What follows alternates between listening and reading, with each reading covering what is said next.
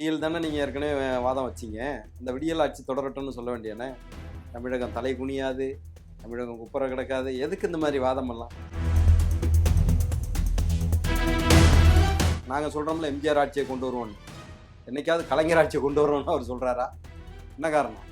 கலைஞர் நல்லாட்சி செய்யலைன்னா அவருக்கே தெரியுது. உமா உணவகங்கள் மூலமாக விலையில்லாமல் உணவுகளை கொடுத்து தமிழ்நாட்டு மக்களில் பல லட்சம் பேர் உயிர் வாழ்வதற்கு காரணமாக அமைந்தது எடப்பாடியார். நல்லாட்சி தொடரணும்னு மக்கள் விரும்புறாங்களே. அப்பா காங்கிரஸ் வேண்டாப்பா, வாங்கப்பா, நான் தனியா நின்னுக்கிறப்பா சொல்ல வேண்டியானே. உங்க தலைவர் சொல்ல வேண்டியானே, உங்க தலைவர் சொல்ல வேண்டியானு கேட்கிறேன். தனிச்சு நின்று இருக்காங்க 2016 234 தொகுதியிலையும் தனித்து இரட்டலை சின்னம் நின்னுச்சு. எத்தனை ஓட்டு? 44.5% ஓட்டு. முதலமைச்சராக திரும்ப ஆட்சி அமைத்து தனித்து நின்ற இயக்கங்கிறது அனைத்து இந்திய அண்ணா திராவிட முன்னேற்ற கழகம். என் எதிரிகள் கண்ணு கட்டிய தூரம் வரைக்கும் இல்லைன்னு சொன்னாங்க. சொல்ல முடியுமா? இப்ப ஸ்டாலின் நல்லாட்சி கொடுத்திருந்தா செய்ய வேண்டியானே. ஏற்கனவே 1500 கோடி 2023 அபராதம் விதிக்கப்பட்டவர் இந்த பழனியாண்டி. கிட்னி திருட்டில் ஈடுபட்டது அடுத்த சட்டமன்ற உறுப்பினர். இவ்வளவெல்லாம் செஞ்சுட்டு தமிழ்நாட்டு மக்களை முட்டாளா நினைச்சுக்கிட்டு இருக்காரா ஸ்டாலின்? எனக்கு தெரியல. எது நல்லாட்சின்னு நினைக்கிறாரு? செந்தில் பாலாஜின்னு இந்த ஊர்ல ஒருத்தர் இருக்காரு. கரூர்ல மீட்டிங்ல பேசுனீங்களா? ஊழல் பெருச்சாலின்னு பேசுனீங்களா? அந்த வழக்குக்கு தான் இப்ப சிறைக்கு போயிட்டு வந்தாரு. ஆமா, இப்ப உங்க கட்சியில வந்ததுக்கு பிறகு அவர் நல்லவரா மாறிட்டாரா? உத்தமரா மாறிட்டாரா? இந்த அரசு துடைத்து தூர எறியப்பட வேண்டும் என்பதில் யாருக்கும் மாற்று கருத்து இருக்க முடியாது. இந்த அரசு தொடர்ந்தால் ஆண்டவனால் கூட இந்த தமிழ்நாட்டு மக்களை காப்பாற்ற முடியும்.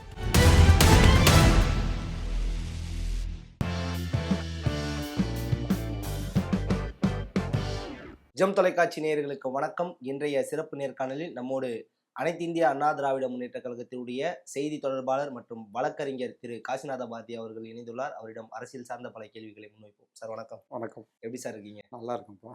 சார், இப்ப நேற்றைய தினம் செங்கல்பட்டுல நடந்த, அதாவது ஸ்டாலின் தொடரட்டும் தமிழ்நாடு வெல்லட்டும் அப்படிங்கிற ஒரு மாநாடு நடந்துச்சு. அதை பத்தி என்ன நினைக்கிறீங்க ஃபர்ஸ்ட்? ஏன்னா முதல்வர் நிறைய விஷயங்கள் ஆவேசமா பேசியிருந்தார். இதை பத்தி என்ன? ஏன் விடியல் தொடரட்டும்னு சொல்ல வேண்டியானே. ஸ்டாலின் விடியல் தானே நீங்க ஏற்கனவே வாதம் வச்சீங்க. அந்த விடியல் ஆட்சி தொடரட்டும்னு சொல்ல வேண்டியானே. தமிழகம் தலை குனியாது, தமிழகம் குப்புற கிடக்காது. எதுக்கு இந்த மாதிரி வாதம் எல்லாம்? நம்ம நல்லாட்சியை கொடுத்திருந்தால் நம்ம நல்லாட்சி தொடரட்டும்னு சொல்ல வேண்டியானே. 2021 வந்த நல்லாட்சி தொடரணும்னு சொல்லலாம். அப்புறம் உங்க தந்தையார் கலைஞர் ஒரு நல்லாட்சி நடத்தினதாக நாங்கள் சொல்றோம்ல எம்ஜிஆர் ஆட்சியை கொண்டு வருவோம்னு. என்னைக்காவது கலைஞர் ஆட்சியை கொண்டு வருவோம்னு அவர் சொல்றாரா? என்ன காரணம்? கலைஞர் நல்லாட்சி செய்யலைன்னா அவருக்கே தெரியுது, அவருடைய மகனுக்கே தெரியுது. நீங்கள் 505 வாக்குறுதியில் ஒன்றையுமே செய்யலையே.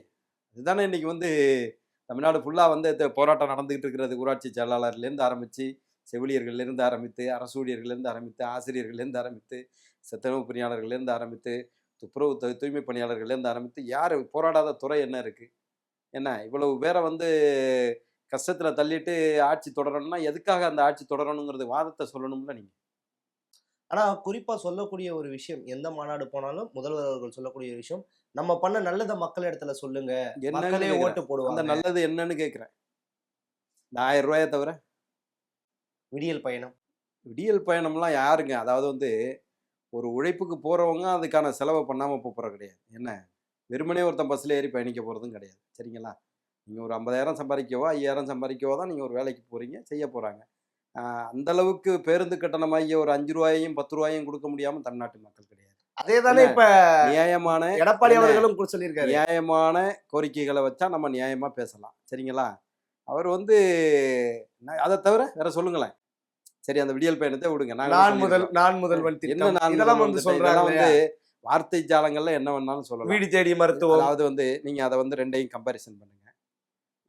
7.5% இடஒதுக்கீடு நாங்கள் கொண்டு வந்த, எடப்பாடியார் கொண்டு வந்த அற்புதமான திட்டம்.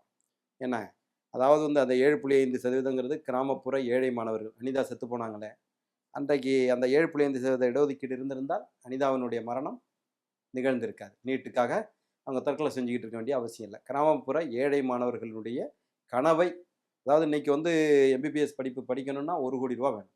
ஒரு ஆண்டுக்கு 1 கோடி ரூபா வேணும். ஒரு ஆண்டுக்கு. அந்த படிப்பை ஒரு ஏழை விவசாய குடும்பத்தைச் சேர்ந்த அரசு பள்ளி மாணவர்களுக்கு எளிதாக ஆக்கி காட்டி, இதற்கு முன்பு சென்டாக்கில் பாண்டிச்சேரியில் வந்து அந்த கல்வி கட்டணத்தை வந்து அரசே ஏற்குங்கிறது ஏற்கனவே இருந்தது. தமிழகத்தில் அந்த அது மாதிரி இது கிடையாது. இப்போ எம்பிபிஎஸ் படிப்புக்கு ஒரு ஏழை குடும்பத்தை சேர்ந்த விவசாய குடும்பத்தை சேர்ந்த அரசு பள்ளி மாணவர் போறாருன்னா ரூ. 1 கூட செலவு கிடையாது. 5 ஆண்டுகளை முடித்துவிட்டு 5 கோடி ரூபாய் செலவு பண்ணி பெற வேண்டிய எம்பிபிஎஸ் படிப்பை தமிழகத்தில் இருக்கிற ஏழை மாணவர்கள் இன்னைக்கு 6344 பேர் படிச்சுக்கிட்டு இருக்காங்கன்னு சொன்னால் அது எடப்பாடியார் கொண்டு வந்த அற்புதமான திட்டம். யாராவது இதை வந்து டிஸ்பியூட் பண்ண முடியுமா? டிஸ்பியூட் பண்ண முடியாது. பரோட்டா மாஸ்டருடைய பையன் படிக்கிறாங்கிறாங்க. அப்பா அம்மா 2 பேருமே இல்லாத குழந்தை படிக்குதுங்கிறாங்க. ஏன்னா ரூ. 1 செலவு இல்லாமல் மருத்துவ படிப்பை. ஏன்னா மருத்துவ படிப்புங்கிறது தமிழகத்தில் இருக்கிற இந்தியாவில் இருக்கிற படிப்பிலே மிக கௌரவமான மக்களுக்கு சேவையாற்றக்கூடிய ஒரு அற்புதமான படிப்பு. அதை உருவாக்கியதாக இருக்கட்டும். அதே போல் கொரோனா பேரிடர். இப்போ வந்து இன்னைக்கு இருக்கிற பூரா இயல்பு நிலை அன்னைக்கு கிடையாது. கொரோனா பேரிடர், மெடிக்கல் எமர்ஜென்சி இருந்த டைம் அன்னைக்கு வந்து எந்த விதமான வரியும் கிடையாது. வரி வருவாய்ங்கிறது தமிழக அரசுக்கு கிடையாது. வரி யாருக்கும் இது ஏன்னா அவன் உணவுக்கு உயிருக்குமே போராடிக்கிட்டு இருக்கிற போது எப்படி வருவாய் இருக்க முடியும்? வரி வருவாய் பண்ணவில்லை. அன்றைய சூழ்நிலையில் கூட 22 லட்சம் பேருக்கு தினந்தோறும் அம்மா உணவகங்கள் மூலமாக விலையில்லாமல் உணவுகளை கொடுத்து தமிழ்நாட்டு மக்களில் பல லட்சம் பேர் உயிர் வாழ்வதற்கு காரணமாக அமைந்தது எடப்பாடியார். யாரும் அதை மறுக்க முடியாது. உங்கள்கிட்ட இருந்து தான் பல லட்சம் பேர் சாவடிச்சிருப்பாங்க. என்ன ஆனா அதற்கு அடுத்ததாக குடிமராமத்து திட்டம் 22 லட்சம் 22,000 ஏரிகளை தமிழகம் முழுவதும் குடிமராமத்து திட்டத்தின் மூலமாக மணல் அவங்க வந்து அவங்கவுங்க தேவைக்கு எடுத்துகிட்டு போயிடலாம்னு சொல்லி இன்றைக்கு வந்து காவிரி பிரச்சனையிலேயே தண்ணீர் கிடைப்பதற்கு அரிதாக இருந்தால் கூட இந்த தமிழகம் தண்ணீருக்கு வந்து போராட வேண்டிய நிலைமை இல்லாத அளவிற்கு தண்ணீரை வடைவதற்கு என்ற அளவிற்கு 22,000 ஏரிகளை தூர்வாரியது. தஞ்சை டெல்டாவை, எங்களுடைய தஞ்சை மண்டலத்தை, அதாவது சோழ நாடு சோறு உடைத்துன்னு சொல்லுவாங்களே, ஒட்டுமொத்த இந்தியாவிற்கும் உணவளிக்கிறது இதுவும் பஞ்சாபும் தான். ரெண்டும் தான் வந்து அரிசி இதில். அங்கேயாவது கோதுமை, இங்கே வந்து அரிசி மட்டும்தான். அந்த தஞ்சை டெல்டாவை பாதுகாக்கப்பட்ட வேளாண் மண்டலமாக அறிவித்தது. சேஃப்கார்டடு அக்ரிகல்ச்சர் ஜோனாக அறிவித்தது. 11 மருத்துவக் கல்லூரிகளை ஒரே ஆண்டிலே கொண்டு வந்தது. 2011 21 வரை 21 மருத்துவக் கல்லூரிகள். ஒரே ஆண்டிலே 11 மருத்துவக் கல்லூரிகளை கொண்டு வந்தது. சாதனைகளை எங்களால் அத்திக்கடவு அவிநாசி திட்டம் ஏறக்குறைய 4000 கோடியில் திருப்பூர், கோயம்புத்தூர், ஈரோடு உள்ளிட்ட 4 மாவட்டங்களில் இருக்கிற ஏறக்குறைய ஒரு பல லட்சம் விவசாயிகளினுடைய வாழ்வாதாரத்தை காத்த ஏறக்குறைய 80 ஆண்டுகளாக தமிழக மக்கள் எதிர்பார்த்து காத்திருந்த அந்த 4 மாவட்ட மக்கள் எதிர்பார்த்து காத்திருந்த அத்திக்கடவு அவிநாசி திட்டம், சரபங்கா குடிநீர் ஏற்று திட்டம், இப்படி எங்களால் வந்து எடப்பாடியார் கொண்டு வந்த திட்டங்களை இது எல்லாமே எப்போ மெடிக்கல் எமர்ஜென்சியில் வித்தவுட் வரி வருவாய் அவர் செஞ்சார். பட் எல்லாமே நல்லா இருந்துகிட்டு இருக்கிற போது சொத்து வரியை 150 மடங்கு உயர்த்தி விட்டு, மின்சார கட்டணத்தை 3 முறை உயர்த்தி விட்டு, கடனையும் வந்து ஏறக்குறைய 4.5 லட்சம் கோடியை கடனையும் வாங்கிவிட்டு, ஆனால் வந்து மக்களுக்கு ஒரு நல்லாட்சியை கொடுக்க முடியவில்லை என்பது வந்து நிர்வாக திறனற்று இருக்கிறாருங்கிறது தானே உதாரணம். உங்களுக்கு வந்து ஒன்று நீங்கள் வரி வருவாயை உயர்த்தாமல் கடனை மட்டும் வாங்கி ஒரு கவர்மெண்ட்டை ரன் பண்ணுறீங்கன்னா சரிங்க, வேறு வழி இல்லைங்க, கடன் தாங்க வாங்கி ஆகணும். வரி வருவாயை 150 மடங்கு உயர்த்துறீங்க. சொத்து வரியை ஒவ்வொரு வரியும் குப்பைக்கு கொண்டு ஃபார்வர்டு டேட்டு போட்டு 2015 ஃபார்வர்டு போட்டு டேட்டு போட்டு ஒவ்வொருத்தனுக்கு பல லட்ச ரூபாய். இப்போ நாங்கள் வந்து வீடு வீடாக அவங்களுடைய மின்சார கட்டணத்தை இது பண்ணுவதற்கு நாங்கள் அனுப்பியிருக்கிறோமே. ஒவ்வொருத்தரும் சொல்கிறாங்க 2.25 லட்சம் செலவு, 5 லட்சம் செலவு. இந்த 4 ஆண்டுகளில் எங்களுக்கு வந்து மின்சார கட்டணம் மட்டும் இவ்வளவு செலவாயிருக்குன்னு சொல்லி இன்றைக்கி வந்து வீடு வீடாக எங்களுடைய பிரச்சாரம் சென்று கொண்டு இருக்கிறது. மக்கள் புரிஞ்சுக்கிடுவாங்களா எவ்வளவு அவங்களுக்கு இந்த திமுக அரசு வந்ததுக்கு பிறகு ஒவ்வொரு ஈச் அண்ட் எவரி ஃபேமிலிக்கும் எவ்வளவு லட்சம் இழப்பீடு வந்திருக்குன்னு அவங்களுக்கு தெரியுமில்ல. இதையெல்லாம் மக்கள்கிட்ட போய் சேருமா சேராதா? சார், இப்போ நீங்கள் குறிப்பாக சொல்கிறீங்க எடப்பாடி பழனிசாமி அவர்கள் நிர்வாகத்திறனோட இவ்வளவு விஷயங்கள் பண்ணாங்க. ஆனா இப்போ உங்க கூட்டணியில சேர்ந்திருக்கக்கூடிய நபர்களே வந்து நிர்வாகத்திறன் இல்லாதவர் எடப்பாடியார் அப்படிங்கிற விஷயத்த நிர்வாகத்திறன் உள்ளவருங்கிறதுனால இப்ப வந்து சேர்ந்திருக்கிறாங்க. அப்படிதான் எடுத்துக்க முடியும். அப்படி நீங்க கூட்டணியில விமர்சனம் பண்ணவங்க வரக்கூடாதுன்னு சொன்னா கூடா நட்பு கேடாய் முடிந்ததுன்னு காங்கிரஸ் சொன்னாரு. கூட்டணி அமைச்சானா வந்து என்னுடைய கல்லறை கூட மன்னிக்காது திமுகவோட கூட்டணி அமைச்சானான்னு சொல்லி வைகோ சொன்னாரு. அதையெல்லாம் நம்ம ஒப்பிட முடியாது. இன்றைக்கு அவர்கள் வைத்திருக்கின்ற வாதம், இப்ப டிடிவி அவர்களும் சரி, அன்புமணி ராமதாஸ் அவர்களும் வைத்திருக்கின்ற வாதம் மக்கள் விரோத, ஜனநாயக விரோத, திராவிட முன்னேற்ற கழக அரசு இந்த மக்கள் மன்றத்திலிருந்து துடைத்தெறியப்பட வேண்டும் என்ற வாதத்தை வைத்திருக்கிறார்கள். அந்த வாதம் மிகச்சரியான வாதம் தான். அதனால மக்களை காப்பது முக்கியமா, எனக்கும் உங்களுக்கும் உள்ள பிரச்சனை முக்கியமானு கேட்டீங்கன்னா இது வந்து செகண்டரி தான். அந்த அடிப்படையில் அவங்க சொல்லிட்டாங்க. அதனால அந்த வாதத்துக்குள்ள போக வேண்டாம். சென்ற ஒரு மாதத்திற்கு முன்பு வரை மு.க. ஸ்டாலின் அவர்கள் கடை விரித்தும் கொள்வார் இல்லை, எடப்பாடி பழனிசாமியை நம்பி ஒருத்தரும் அல்ல அப்படின்னு எல்லாம் ஒரு வாதத்தை வைத்துக் கொண்டிருந்தார்கள். இப்ப நாங்க சொல்றோமே, உங்க கடையில இருக்கிறவங்கள பிச்சுக்கிட்டு வெளில ஓடுறாங்களே, இது கடை சரியில்லைன்னு சொல்லி எங்களால ஆனா விமர்சனம் அவங்க செய்ய முடியுமா? ஓரணியில் தமிழ்நாடு தானே எங்க சொல்றாங்க. இருக்குங்கிற எங்க இருக்குங்கிற எங்க அணி வந்து காங்கிரஸோட ஒரு கொள்கைக்கான ஒரு என்ன கூட்டணி. கொள்கைக்கான காங்கிரஸ கூட்டணி வச்சுட்டீங்களா? வர்றாங்களா? காங்கிரஸ் கூட்டணி உங்களுக்கு செட் ஆயிடுச்சா? இன்னைக்கு எங்களுடைய கூட்டணியை பொறுத்தவரை அனைத்து இந்திய அண்ணா திராவிட முன்னேற்ற கழகம் என்றைக்கும் 35% வாக்குகளை தன் கையில வைத்திருக்கக்கூடிய அனைத்து இந்திய அண்ணா திராவிட முன்னேற்ற கழகம். அதே போல 18% வாக்குகளை பெற்று காட்டிய பாராளுமன்ற தேர்தலில் பெற்று காட்டிய பாஜக கூட்டணி. அதை தாண்டி டிடிவி அவர்கள், தனிப்பட்ட முறையில் டிடிவி அவர்கள், அன்புமணி ராமதாஸ், வட தமிழகத்தை மொத்தமாக கட்டியாளுகின்ற சமுதாயத்தைச் சேர்ந்த அன்புமணி ராமதாஸ் அவர்கள். எங்க கூட்டணியில வந்திருக்கிற யாருமே வந்து சோடை போனவர்கள் கிடையாது. இன்னைக்கு பாஜகவெல்லாம் ஒரு காலத்துல பாத்தீங்கன்னா ரொம்ப மைனாரிட்டியா இருந்த காலம்லாம் ஒன்று உண்டு. ஆனால் இன்றைக்கு பாஜக ஒவ்வொரு கிராம ரீதியாக 20 பேர் 25 இளைஞர்கள் இருக்கின்ற அளவிற்கு இன்றைக்கு அந்த இயக்கம் மிகப்பெரிய வலுவான இயக்கமாக மாறி இருக்கிறது. அவங்க 18% வாக்குகளை வாங்கியிருக்கிறாங்க. நாங்க வந்து வலுவான கேண்டிடேட்டை போடலன்னாலும் 21.5% வாக்குகளை வாங்கியிருக்கேன். இதை டைரக்டா நீங்க ஆட் பண்ணீங்கனாலே எங்களுடைய வெற்றி வாய்ப்புங்கிறது தமிழகத்துல வந்து நிரூபிக்கப்பட்ட ஆனா ஒன்று. பாஜக ஏற்கனவே 183 தொகுதிகளில் மக்களை காப்போம் தமிழகத்தை மீட்போம்ங்கிற அடிப்படையில் எடப்பாடியார் அவர்கள் வந்து தமிழகம் முழுவதும் சுற்றுப்பயணம் செய்து தமிழகத்துல அம்மா அவர்கள் புரட்சி தலைவி அம்மா அவர்களுக்கு அடுத்ததாக இந்த தேர்தல் பணியை வந்து முதலாக தமிழகத்தில் துவக்கிய அரசியல் தலைவர் வந்து எடப்பாடியார் அவர்கள். அற்புதமாக 180 தொகுதிகளில் கோடிக்கணக்கான மக்களை சந்தித்து ஒரு தொகுதிக்கு 2 அல்லது 3 செக்மெண்ட்டுகள் வாரியாக ஒவ்வொரு செக்மெண்ட்லையும் 15,000 20,000 மக்களை, கோடிக்கணக்கான மக்களை இன்றைக்கு சந்தித்து விட்டார்.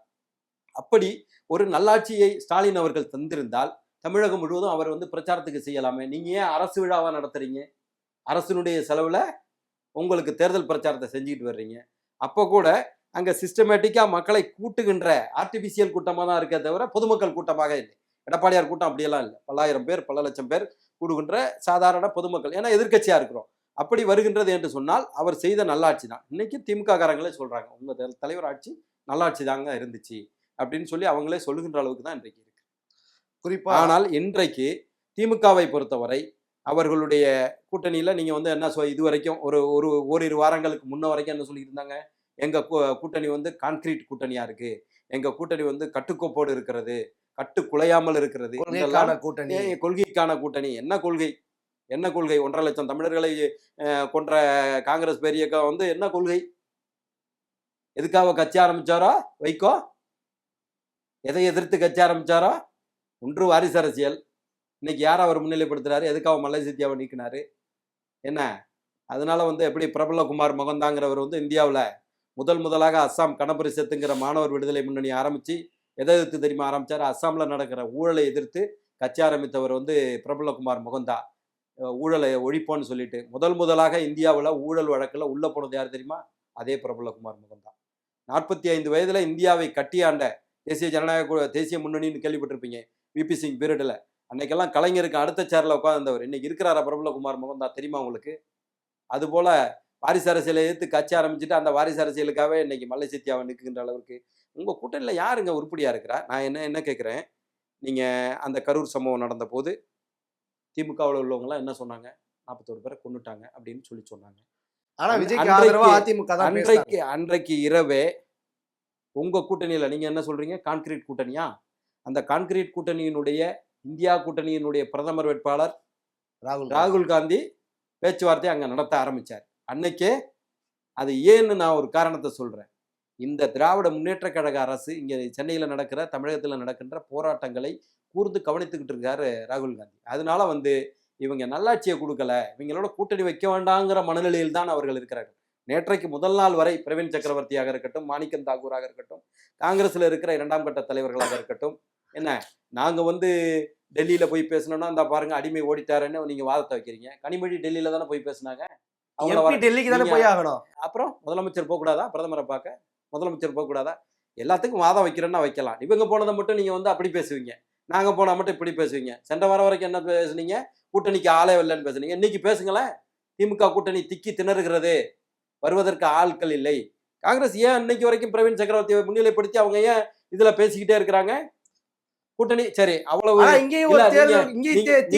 நீங்க ஆளுங்கட்சி தானே, நீங்க நல்லாட்சி கொடுத்துட்டீங்கல்ல, உங்க நல்லாட்சி தொடரணும்னு மக்கள் விரும்புறாங்கல்ல.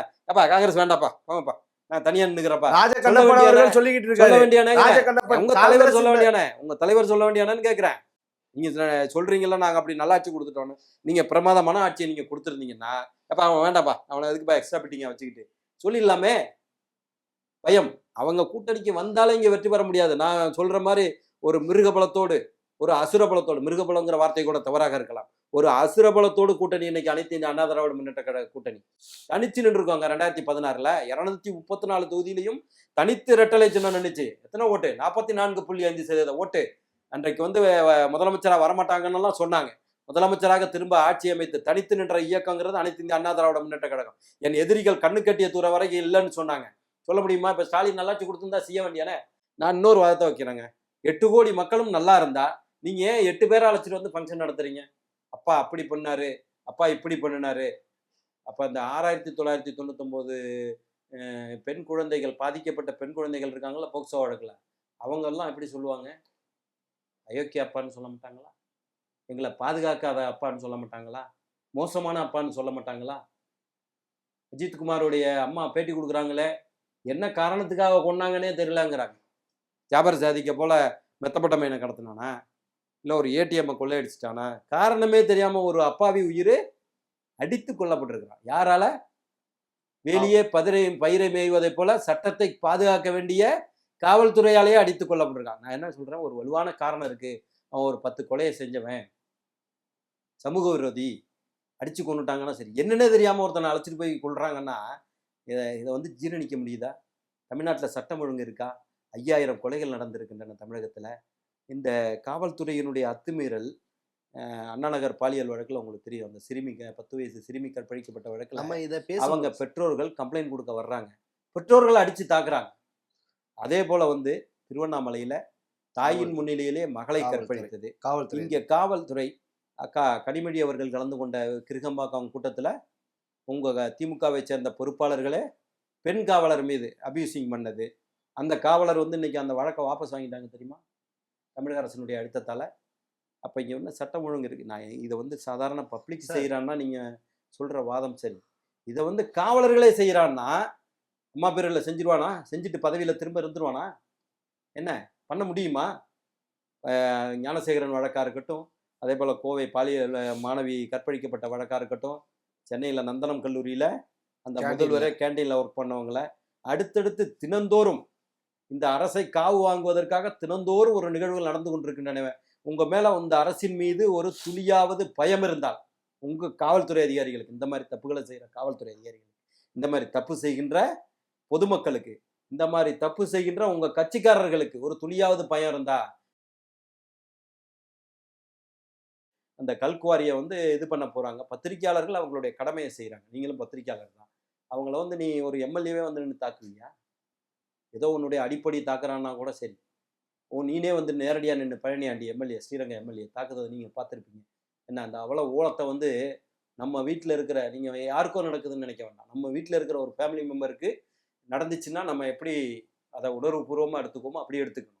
என்ன அவன் என்ன உன்கிட்ட எதுவும் லஞ்சம் கேட்கறதுக்கு வந்தானா? அவனுடைய கடமையை செய்யறதுக்கு வர்றான்.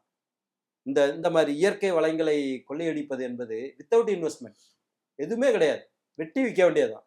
அதை எதுவும் உருவாக்குறதுக்கு எதுவும் இவங்க செலவு பண்ணியிருக்காங்களா? ஒன்றும் கிடையாது. மல்டி குரோர்ஸ். ஏற்கனவே 1500 கோடி 2023 அபராதம் விதிக்கப்பட்டவர் இந்த பழனியாண்டி. கிட்னி திருட்டில் ஈடுபட்டது அடுத்த சட்டமன்ற உறுப்பினர். இவ்வளவெல்லாம் செஞ்சுட்டு தமிழ்நாட்டு மக்களை முட்டாளா நினைச்சுக்கிட்டு இருக்காரா ஸ்டாலின்? எனக்கு தெரியல. எது நல்லாட்சின்னு நினைக்கிறாரு? இத்தனை போக்சோ வழக்குகள் வந்திருக்க நல்லாட்சி அது? சட்டம் ஒழுங்கு சரியா இல்லையா? நல்லாட்சி அது? உங்க தெய்வ செயல் 22 பெண்கள்கிட்ட தப்பா நடந்து 22 பேர் அதை இது பண்ணாருன்னு சொல்லி அவர் மனைவியை இது வரைக்கும் 22 பெண்களுடைய வாழ்க்கையை சீரழிச்சிருக்கிறான், எல்லாருக்கும் இது பண்றான்னு சொல்லி அவருடைய மனைவியை பேட்டி கொடுக்குறாங்கன்னா அரக்கோணம் தெய்வ செயல் உங்க கட்சிக்காரன் தானே? இப்போ இவங்களையெல்லாம் வச்சுக்கிட்டு நீங்க எப்படி திரும்பவும் ஆட்சிக்கு வந்துடலாம்னு நீங்க நினைக்கிறீங்க? தமிழ்நாட்டு மக்கள் மறதி அதிகம்னு நினைக்கிறீங்களா? நாங்க வந்து பிரச்சாரத்துல இதெல்லாம் கொண்டு போய் சேர்க்க மாட்டோம்னு நினைக்கிறீங்களா? சார், இப்ப குறிப்பா அந்த பாலியல் வழக்கா இருக்கட்டும், குறிப்பா போராட்டங்களை பத்தி நம்ம பேசும்போது ஒரு வாதத்தை அதிமுக முன் வச்சுச்சுன்னா திமுக தரப்புல இருந்து ஒரு வாதம் வைப்பாங்க. என்னன்னா, நீங்க நடத்துனீங்களே ஸ்டெர்லைட் போராட்டம், அதை விடையா துப்பாக்கி சூட விடையா அப்படிங்கிற ஒரு வாதத்தை நினைப்பாங்க. நீங்க பாலியல் வழக்கை பத்தி பேசும்போது பொள்ளாச்சி வழக்கை பேசுவாங்க. இதை பத்தி எல்லாம் பொள்ளாச்சி வழக்குக்கும் அதிமுகவுக்கும் என்ன சம்பந்தம்? முதல்லையாவது அதிமுக பிரமுகர்னு சொன்னாங்க, அப்புறம் அது வந்து எக்ஸ்க்ளூடட் ஆயிடுச்சு. அதில் பொள்ளாச்சி இது பொறுத்த வரைக்கும் இது கிடையாது. அது தனிப்பட்ட ஒரு இதில் நடந்தது. சரி, அப்படி அந்த ஸ்டெர்லைட் வழக்கை நீங்கள் பேசுகிறீங்கன்னா, அதில் இருந்தவங்களுக்கெல்லாம் ஏடிஜிபி பதவி உயர்வு கொடுத்தது யாரு? நீங்க அவங்க செய்யறது தப்புன்னு தானே நீங்க பேச வர்றீங்க. சரி, தப்பாவே இருக்கட்டும். அததானே வாதமா அவங்களுக்கு வைக்கிறாங்க. நீங்க அதத்தான் ஒரு கேட்கிறேன். இங்க துப்புரவு பணியாளர்கள் போராடுறத அந்த பத்தி தவறை பேசினாலும் அததான் அந்த சொல்றாங்க. தவறை செய்தவர்களை ஏடிஜிபியாக பதவி உயர்வு கொடுத்தது யார்? அவர்கள் செய்தது தவறுன்னு சொன்னா அவங்கள பதவி நீக்கம் தானே நீங்க செய்யணும். உங்க அரசு வந்து 4 ஆண்டுகள் ஆயிடுச்சுல. அப்ப அவங்கள பதவி நீக்கம் செய்யாம நீங்க அவர்களுக்கு பதவி உயர்வு கொடுத்து அழகு பார்த்துக்கிட்டு இருக்கீங்கன்னா, நீங்க என்ன மாதிரியான அரசை இங்க ரன் பண்றீங்க? 55 பொய்யான வாக்குறுதியை கொடுத்தது உண்மையா இல்லையா? அதுல ஒரு 15% வாக்குறுதி தான் நிறைவேறி இருக்கும். அதுக்கு பிறகு வாக்குறுதி நிறைவேறல. உண்மைதானே? நீட் தேர்வுக்கு சொன்னீங்களே, பொய் தானே அது? 5 பவுன் தங்க நகையை வைங்கன்னு சொன்னீங்களே. 4 பவுன் இருந்தவங்கலாம் பக்கத்து வீட்லயும் எதிர்த்த வீட்லயும் அக்கா கிட்டையும் தங்கச்சிக்கிட்டையும் கடன் வாங்கி 5 பவுனை வச்சுட்டு இன்னைக்கு உறவும் போய் பணமும் போய் நடுத்தருவில் நிற்கிறானே. நாங்கள் இன்னைக்கு சொல்லியிருக்கிறோமே அழகா, கல்வி கடனை ரத்து செய்வோம்னு சொல்லி தமிழகத்தில் இருக்கிற எத்தனை லட்சம் மாணவர்களுக்கு பயன்படக்கூடிய திட்டம். வேலைக்கு அரசு வேலைக்கு வந்தவர்களை தவிர மற்ற மாணவர்கள் கல்வி கடன் பெற்றவர்கள் அத்தனை பேருக்கும் தள்ளுபடி சொல்லியிருக்காரு. விவசாய கடன் தள்ளுபடி சொல்லியிருக்காரு. விவசாய கடன் தள்ளுபடியை கொடுத்துருக்கிறாரு. தெரியுமில்ல, 14,00,000 சொச்சம் கோடி விவசாய கூட்டுறவு கடன் இதை வந்து தள்ளுபடி கொடுத்தாரு. அடுத்த இதுக்குள்ளார ரெஸ்யூம்குள்ளார கவர்மெண்ட் மாறிட்டு ஆக்சுவலாக கொடுக்க வேண்டியது 30 லட்சம் பேருக்கு பாதி கொடுத்த போதே நின்று போச்சு. நீங்கள் பண்ணீங்களா? பண்ணலை. இல்லை. அப்போ எதன் அடிப்படையில் நீங்கள் உங்கள் அரசு தொடரும்னு சொல்கிறீங்க? வாதத்தை சொல்லுங்கள். அதைத்தான் நான் சொல்கிறேன். திரும்பவும் விடியலாட்சியை கொடுத்திருந்தா விடியலாட்சி தொடரணும்னு தானே நீங்கள் வாதம் வைக்கணும். நீங்கள் ஏன் புது வாதத்தை எடுக்கிறீங்க? தமிழகம் தலை குனியாது. யார் தலை குனிஞ்சிக்கிட்டு இருக்கிறா? எந்த அடிப்படையில் சொல்கிறீங்க? 6 கவர்னர்களை தமிழகத்திலிருந்து ஆளுநர்களை உருவாக்கியது பாஜக. இன்றைக்கும் துணை குடியரசுத் தலைவராக தமிழகத்தைச் சேர்ந்தவரை உருவாக்கி வைத்திருப்பது பாஜக. தமிழகத்தைச் சேர்ந்த நிர்மலா சீதாராமனை மத்திய நிதியமைச்சராக ஏறக்குறைய 14 ஆண்டுகளாக தொடர்ந்து இந்த இதில் இருக்கிறது அவங்க. அதுபோல தமிழகத்துக்கு என்ன செய்யல? இந்த 11 மருத்துவக் கல்லூரி யார் கொடுத்தது? இப்ப பட்ஜெட்னு ஒண்ணு கொடுத்துருக்காங்களா, அதுல தமிழகத்துக்கு எதுவும் என்ன செய்யல? 7,600 செய்யல. கோடி ரூபாய் ரயில்வேக்கு ஒதுக்கி இருக்கிறாங்க. நீங்க சொல்லுகின்ற கீழடியை மறைக்க பாக்குறாங்கலாம் சொல்லுவீங்கல்ல, கீழடிக்கு கூட அவங்க நிதி ஒதுக்கி இருக்கிறாங்க. இவங்க பொய்யான வாதத்தை வைக்கிறாங்க. ஏங்க, இதே கவர்மெண்ட் தானங்க எங்களுக்கு 11 மருத்துவக் கல்லூரியை கொடுத்தது. பாஜக ஆளுகின்ற மாநிலம்னா கொடுத்தாங்க? எங்க மாநிலம் ஒன்று, நம்ம மாநிலம் ஒன்று தானே கொடுத்தாங்க. என்ன அதனால வந்து நாங்கள் பாதுகாக்கப்பட்ட வேளாண் மண்டலம் அறிவிச்சா முடியாது, இது வராதுன்னு சொல்லலாமே? அவங்க சொல்லலையே. அவங்க ஏற்றுக்கிட்டாங்கல்ல. நாட்டு மக்கள் அவங்க நியாயமான கொய்யா. ஜல்லிக்கட்டுக்கு யார் பர்மிஷன் கொடுத்தா? ஜல்லிக்கட்டை யார் நீக்குனா? ஜல்லிக்கட்டு நடக்கக்கூடாதுன்னு ஆர்டர் போட்டது யாரு? காங்கிரசினுடைய ஜெயராம் ரமேஷா? என்ன எந்த இடத்துல போனீங்கனாலும் 1.5 லட்சம் பேரை குன்று குவித்ததாக இருக்கட்டும், அந்த இன்னும் இதை என்னால் சொல்ல முடியும். கபினி, ஹேமாவதி, ஹேரங்கி, அத்தனை கர்நாடகாவில் இருக்கிற அத்தனை அணைகளும் கட்டப்பட்டது மு.க. ஸ்டாலின் அவர்களுடைய தந்தையார் கருணாநிதி அவர்களுடைய ஆட்சியில் தான். அத்தனை அணைகளும், கிருஷ்ணராஜ சாகரை தவிர அத்தனை அணைகளும். இப்போ என்ன நடக்குது? அடுத்த அணையை கட்டுறதுக்கு யாருடைய பீரியடில் மெனக்கறாங்க? உங்கள் பீரியடில் தான் மெனக்கறாங்க. மேகதாது அணைக்கு இப்போ வந்து 6,000 கோடி ரூபாயை ஒதுக்கிட்டாங்க. 60 பேர் கொண்ட குழு அமைச்சிட்டாங்க. அது யாருடைய கவர்மெண்ட்டு? உங்களுடைய இந்தியா கூட்டணியினுடைய கவர்மெண்ட்டு. அங்கே இருக்கிற டி.கே. சிவகுமார் என்ன சொல்கிறாரு? ஒரு சொட்டு தண்ணீரை கூட தரமாட்டேன்னு சொல்கிறாரு. நீங்கள் துரோகம் பண்ணுறீங்களா, நாங்கள் பண்ணுறோமா? சரி, அந்த கூட்டணியில் இருக்கிறவரை பிரதமராக்கி இருந்தீங்கன்னா இப்பயே ஒரு சொட்டு தண்ணீரை கொடுக்க மாட்டான்னு சொல்கிறவன் தமிழ்நாடு எங்கள் நாடுன்னு சொல்ல மாட்டானா? தமிழ்நாடுன்னு ஒரு தனி நாடு இல்லை, தனி மாநிலம் இல்லைன்னு சொல்ல மாட்டானா? எந்த இடத்துல நீங்கள் பிஜேபியை சார்ஜ் பண்ணுறீங்களோ எல்லா சார்ஜஸும் உங்கள் சார்ஜுங்கிறானா? நீங்கள் தப்பான வாதத்தை வைக்கிறீங்க. சரிங்களா? அப்படி ஏதாவது எங்கேயாவது 1 லட்சம் பேர் தமிழர்களை கொண்டிருக்காங்க பிஜேபின்னு சொல்லுங்கள். 11 மருத்துவக் கல்லூரியில் பொய்யா தான் கொடுத்தாங்கன்னு சொல்லுங்கள். 6-7 பேரை கவர்னர் ஆக்கலான்னு சொல்லுங்க. என்னதான் ஒரு பண்ணாலும் துணை குடியரசுத் தலைவர் ஆக்கலான்னு சொல்லுங்க. எதை நீங்க முன்னிலைப்படுத்துறீங்க? சார், அதைத்தான் இப்ப நான் கேட்கிறேன். என்னதான் பண்ணாலும் பிஜேபி மேல ஒரு மத சாயம் பூசப்படுது இல்லையா? அப்படி பார்த்தா வந்து உங்க கட்சியில இருக்கிறவங்க காங்கிரஸ் தமிழின துரோகி இல்லையா? 1.5 லட்சம் பேரை கொன்ன தமிழின துரோகி இல்லையா காங்கிரஸ்? நம்ம தொப்புள் கொடி உறவு தானே அவங்க. சரிங்களா?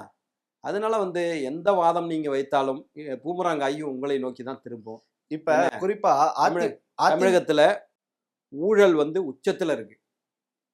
நீங்க கேட்டா பாஜக வாஷிங் மிஷின்பாங்க. செந்தில் பாலாஜின்னு இந்த ஊர்ல ஒருத்தர் இருக்காரு. கரூர்ல மீட்டிங்ல பேசுனீங்களா?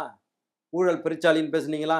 அந்த வழக்குக்கு தான் இப்ப சிறைக்கு போயிட்டு வந்தாரு. ஆமா, இப்போ உங்க கட்சியில வந்ததுக்கு பிறகு அவர் நல்லவரா மாறிட்டாரா? உத்தமரா மாறிட்டாரா? தியாகி, ஊழலற்ற உத்தமரா மாறிட்டாரா? தாகி சார். எதற்கு பதறி துடிக்கிறீர்கள் அவரை பத்தி இது பண்ணா? அப்ப அவர் தான் உங்க கட்சியினுடைய ஏடிஎம் மிஷின். சரிங்களா? அப்படிதானே இருக்க முடியும். என்ன துரைமுருகன் ஹாஸ்பிட்டல்ல இருந்தா போய் உங்க பையன் பார்க்க மாட்டேங்கிறாரு. செந்தில் பாலாஜி ஹாஸ்பிட்டலுக்கு வந்ததுக்கு மட்டும் ஒட்டுமொத்த குடும்பமும் படையெடுத்துச்சே. அப்ப அவர் தான் உங்க கட்சியினுடைய ஏடிஎம் மிஷினா இருக்காரு. உங்க கட்சிக்கு வந்தா நல்லவரா மாறிடுறாங்களா? நான் அந்த வாதத்தை வைக்க முடியுமா இல்லையா? சார் இப்ப ஆ. நீங்க குறிப்பா வந்து ஊழல் அப்படின்னா திமுக அப்படிங்கிற ஒரு விஷயத்த வந்து முன்வைக்கிறீங்க. ம். தமிழக வெற்றி கழக தலைவர் விஜய் அவர்கள் வந்து தீய சக்தி திமுக, ஊழல் சக்தி அப்படின்னு சொல்லிட்டு அதிமுகவில் விமர்சனம் பண்றாரு. தீய சக்திங்கிற வார்த்தையை கண்டுபிடிச்சவர் எம்ஜிஆர். அதை யாரும் கிளைம் பண்ண வேண்டியதில்லை. தீய சக்தி திமுகங்கிறது காப்பிரைட் இப்ப ஏடிஎம்கே கிட்ட என்ன இருக்கு. இல்ல, எம்ஜிஆர் சொன்னது. அதற்கு அடுத்தது புரட்சி தலைவி அம்மா. நாங்களும் அது தீய சக்தி தான் என்னைக்குன்னு சொல்லிக்கிட்டு இருக்கோம். ஊழலை பத்தி பேசுவதற்கான அருகதை விஜய் அவர்களுக்கு கிடையாது. ரோல்ஸ் ராய்ஸ் கார் வாங்கிட்டு டாக்ஸை கட்டாம கோடிக்கணக்கில் சம்பாதிக்க முடியுது, டாக்ஸ் கட்ட முடியலையான்னு மாண்புமிகு நீதியரசர் எஸ்.எம். சுப்பிரமணியம் கிரிட்டிசைஸ் பண்ணி போட்டிருந்தாரு. அந்த வரியை மட்டும் நீக்கணும்னு உச்சநீதிமன்றம் வரைக்கும் போனவங்க. என்ன இப்போ புலி படத்துக்கு 15 கோடி ரூபாய் வரியை ஏமாத்தினதா இப்போ சென்ற வாரம் ஆர்டர் ஆனிச்சு. அதில் கூட அப்பீல் போய் டிஸ்மிஸ் ஆகி போச்சு. வரி கட்டுவதற்கு 150 ரூபாய் படத்தை வந்து 1000 ரூபாய்க்கும் 3000 ரூபாய்க்கும் கள்ள மார்க்கெட்டில் விற்கின்ற நீங்கள் இது வரைக்கும் இப்போ திரைப்படத்தில் ஒரு 10,000 கோடி ரூபாய் சம்பாரிச்சிங்கன்னு வைங்க, டாக்ஸ் 30% கட்டிட்டீங்களா? கரெக்டாக கட்டிட்டீங்களா? நீங்கள் தான் ஊழலை ஒழிக்க வந்த உத்தமரா? உங்கள் கட்சியில் இருக்கிற அருண்ராஜ் ஐஆர்எஸ் ஆஃபீஸர் யாருன்னு தெரியுமா உங்களுக்கு? இவர் வீட்டுக்கு ரெய்டு அடிக்க வந்தவர். யார் வீட்டுக்கு? விஜய் அவர்கள் வீட்டுக்கு ரெய்டு அடிக்க வந்தவர். இவர்கிட்ட வாங்கின கட்டிங்காக இன்னைக்கு அந்த கட்சியினுடைய கொள்கை உறப்பு செயலாளராக மாதிரி இருக்க. நீ இவங்களெல்லாம் வச்சுக்கிட்டு பக்கத்தில் உட்காந்துருக்கிற மார்ட்டின் யார்? ஆதவ் யார்? லாட்ரி மார்ட்டினுடைய மருமகன் ஆதவ் அர்ஜுனா. இவரையெல்லாம் வச்சுக்கிட்டு ஊழலை ஒழிக்கணுங்கிறது சாத்தா வேதம் ஓதுறது போல, கசாப்பு கடை வச்சிருக்கிறவங்க வந்து அகிம்சாவாதம் பேசுறது போல. என்ன அதனால வந்து நீங்க முதல்ல உங்களை நம்பி வந்த 41 பேருடைய உயிரை காப்பாத்துறதுக்கு உங்களுக்கு வக்கு இல்லை. இதே அதிமுக தானே அப்போ வந்து ஆதரவா பேசுனுச்சு. நாங்கள் வைத்த வாதம் என்பது தமிழ்நாட்டிலே உதயநிதி ஸ்டாலினுக்கு என்ன உரிமை, அரசியல் இயக்கம் நடத்துவதற்கு என்ன உரிமை இருக்கிறதோ அதே உரிமை விஜய்க்கும் இருக்குன்னு நாங்க சொன்னோம். நாங்க வந்து தார்மீக ரீதியாக ஒரு ஜனநாயக இயக்கம் இன்னொரு ஜனநாயக இயக்கத்தை ஆதரித்தது. ஆனா ஊழல் குற்றச்சாட்டை பேசுறதுக்கு நீங்க இது கிடையாது. சரிங்களா? ஏங்க அவ்வளவு ஒரு இறப்பு நடந்திருக்கு, நீங்க மேடையில நின்றுட்டு ஆடுறீங்க. என்ன நீங்க வந்து ஒரு பல லட்சம் பேர் கூடுறான்னா அட்லீஸ்ட் வாட்டர் பாட்டில் உணவோ கொடுக்க முடியாது. பல கோடி ரூபாய் ஒரு வாட்டர் பாட்டில கூட உங்களால அரேஞ்ச் பண்ணி கொடுக்க முடியலைன்னா, அதே இடத்துல ஓரிரு வாரங்களுக்கு முன்பு எடப்பாடியாருடைய ப்ரோக்ராம் அதை தாண்டிய கூட்டம் தான் இருந்துச்சு. என்ன முதல்ல அரசியல் மயப்படுத்தப்பட்ட தொண்டர்களை கொண்டு அரசியல் இயக்கம் நடத்தணும், ரசிகர்களை கொண்டு ரசிகர் மன்றம் நடத்தலாம். நீங்க இந்த வருகின்ற கூட்டத்தை வச்சு ரசிகர் மன்றத்தை வச்சு பேசுனீங்கன்னா, ரசிகர் மன்றங்கிறது வந்து தமிழ்நாட்டில் அதிகமாக இருந்தவர் வந்து நடிகர் திலகம் சிவாஜி கணேசன். தமிழகத்தினுடைய நிரந்தர முதல்வராக யார் இருந்திருக்க வேண்டும்? சிவாஜி கணேசன் இருந்திருக்க வேண்டும். அவருடைய சொந்த தொகுதி, அவருடைய சமுதாய மக்கள் அதிகமாக வாழ்கின்ற திருவையாறு தொகுதியில டெபாசிட் இழந்து போனார் என்பதுதான் தமிழகத்தினுடைய வரலாறு. நீங்க யாராவது ஒருத்தர் வந்துட்டீங்கன்னா வந்துட்டாங்க மூன்றாவது தூணுன்னு சொல்லி பேசுறாங்க. நாங்க சொல்லல சார். கரூர் சம்பவத்துக்கு அப்புறம் எடப்பாடி பழனிசாமி அவர்கள் அப்படி எல்லாம் பேசல. அதாவது சொல்லி போட்டாச்சு. அது அவங்களா வந்து நின்னாங்க, நாங்களா கொண்டு வந்தோம். அதாவது நாங்க சொன்னது உதயநிதிக்கு இருக்கின்ற ஜனநாயக இயக்கத்தை நடத்துறதுக்கு என்ன உரிமை இருக்கிறதோ அதே உரிமை. அவங்க என்ன நினைச்சாங்க, அந்த சம்பவத்தை காட்டி இந்த கட்சியை தடை செஞ்சிடலாமான்னு நினைச்சாங்க. நாங்க தார்மீக ரீதியாக யார் வேணாலும் நம்ம ஆரோக்கியமான போட்டிக்கு வருவோங்கிற அந்த அடிப்படையில தான் நம்ம இது பண்ணோம். அவங்க தொண்டர்களா வந்துருந்தாங்க, யாரும் ஆர்டிபிஷியலா செய்யலாம். அது அவங்களுடைய முடிவு, அது வேற விஷயம். தமிழகத்துல ஊழல் நடக்காத துறையே கிடையாது. அனைத்து துறைகளிலும் ஊழலுடைய ஊற்றுக்கண்ணாக திராவிட முன்னேற்ற கழகம் இருந்திருக்கு. இந்த அரசு துடைத்து தூர எறியப்பட வேண்டும் என்பதில் யாருக்கும் மாற்று கருத்து இருக்க முடியாது. இந்த அரசு தொடர்ந்தால் ஆண்டவனால் கூட இந்த தமிழ்நாட்டு மக்களை காப்பாற்ற முடியாது. சிறப்பான தகவல், ரொம்ப நன்றி சார்.